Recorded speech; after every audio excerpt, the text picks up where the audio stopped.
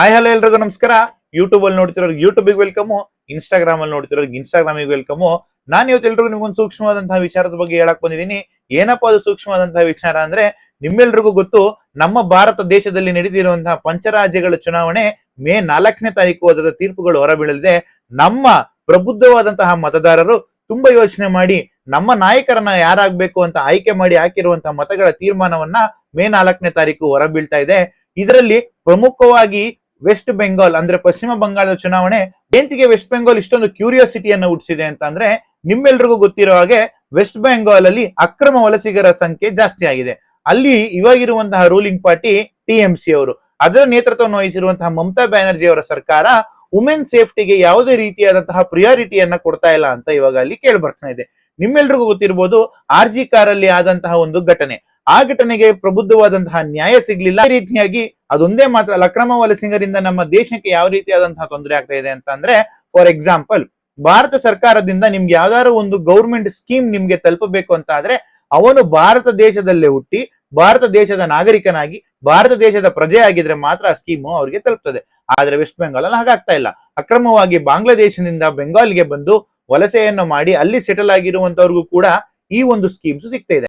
ಈ ಒಂದು ಸ್ಕೀಮ್ ಇಂದ ಏನಾಗ್ತಾ ಇದೆ ಅಂದ್ರೆ, ನಮ್ಮ ಭಾರತದಲ್ಲಿ ಹುಟ್ಟಿ ಬೆಳೆದಿರುವಂತವ್ರು ಇನ್ನು ಹಿಂದುಳಿತಾನೆ ಇದ್ದಾರೆ. ಇನ್ನು ರೀತಿಯಾದಂತಹ ಗೌರ್ಮೆಂಟ್ ಸ್ಕೀಮ್ಸ್ ಗಳು ಇಲ್ಲೇ ಹುಟ್ಟಿ ಇಲ್ಲೇ ಬೆಳೆದಿರುವಂತಹ ಪ್ರಜೆಗಳಿಗೆ ಸಿಗೋದಕ್ಕಿಂತ ಅಲ್ಲಿಂದ ವಲಸೆಗೆ ಬಂದಿರೋರಿಗೆ ಸಿಗೋದೇ ಜಾಸ್ತಿ ಆಗ್ತಿದೆ. ಇದು ಇವಾಗಿನ ಸಮಸ್ಯೆ ಅಲ್ಲ. ಕಾಂಗ್ರೆಸ್ ಅಲ್ಲಿ ರೂಲ್ ಮಾಡ್ಬೇಕಾದ್ರೆ, ಕಮ್ಯುನಿಸ್ಟ್ ಪಾರ್ಟಿಯವರು ರೂಲ್ ಮಾಡ್ಬೇಕಾದ್ರೆ, ಇವಾಗ ಮಮತಾ ಬ್ಯಾನರ್ಜಿಯ ತೃಣಮೂಲ ಕಾಂಗ್ರೆಸ್ ಅವರು ರೂಲ್ ಮಾಡ್ಬೇಕಾದ್ರೂ ಕೂಡ ಈ ಇಶ್ಯೂ ಫೇಸ್ ಆಗ್ತಾ ಇದೆ. ಆದ್ರಿಂದ ಈ ಎಲ್ಲಾ ಬೇಡಿಕೆಗಳನ್ನ ಮುಂದಿಟ್ಟು ಜನರ ಮುಂದೆ ಈ ಬಾರಿ ಬಿಜೆಪಿ ಮತವನ್ನ ಕೇಳಿದೆ. ಅದೇ ರೀತಿಯಾಗಿ ಟಫ್ ಫೈಟ್ ಅನ್ನ ತೃಣಮೂಲ ಕಾಂಗ್ರೆಸ್ ಅವರು ಕೂಡ ಕೊಡ್ತಾ ಇದ್ದಾರೆ. ಇವಾಗ ನಾವು ಕಾದು ನೋಡ್ಬೇಕಾಗಿದೆ. ಇಡೀ ದೇಶದವ್ರನ್ನ ಕಾದು ನೋಡ್ತಾ ಇದ್ದಾರೆ.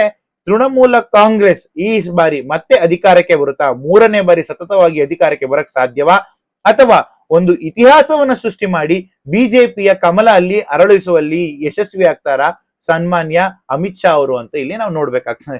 ಇಲ್ಲಿ ಬರೀ ಒಂದು 2 ಪಾರ್ಟಿಗಳ ಮಧ್ಯೆ ನಡೀತಾ ಇರುವಂತಹ ವಾರ್ ಅಲ್ಲ, ಬದಲಿಗೆ 2 ದೇಶಗಳ ಮಧ್ಯೆ ನಡೀತಾ ಇರುವಂತಹ ವಾರ್.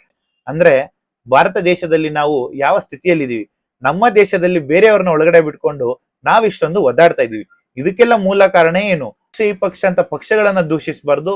ಯಾವುದೇ ಪಕ್ಷಗಳು ಬಂದ್ರು ಒಂದು ಸಮುದಾಯದ ಓಲೈಕೆಗೆ ಇರ್ತಾರೆ ಹೊರತು ಯಾರು ಕೂಡ ದೇಶದ ಅಭಿವೃದ್ಧಿಯ ಪಥದತ್ತೆಗೆ ಯಾರು ಕೂಡ ಗಮನವನ್ನು ಕೊಡಲ್ಲ. ಆದ್ರಿಂದ ಈ ಬಾರಿ ನಡೆಯುವಂತಹ ಕೌಂಟಿಂಗ್ ಅಲ್ಲಿ ಬಿಜೆಪಿ ಅಧಿಕಾರಕ್ಕೆ ಬರುತ್ತಾ ಅಥವಾ ಮತ್ತೆ ತೃಣಮೂಲ ಕಾಂಗ್ರೆಸ್ ಅಧಿಕಾರಕ್ಕೆ ಬರುತ್ತಾ, ಕಾಮೆಂಟ್ ಸೆಕ್ಷನ್ ಅಲ್ಲಿ ತಿಳಿಸಿ ಅಂತ ಹೇಳ್ತಾ ಈ ಒಂದು ವಿಡಿಯೋ ಮುಗಿಸ್ತೀನಿ. ಎಲ್ರಿಗೂ ಒಳ್ಳೇದಾಗ್ಲಿ. ಜೈ ಹಿಂದ್, ಜೈ ಆಂಜನೇಯ.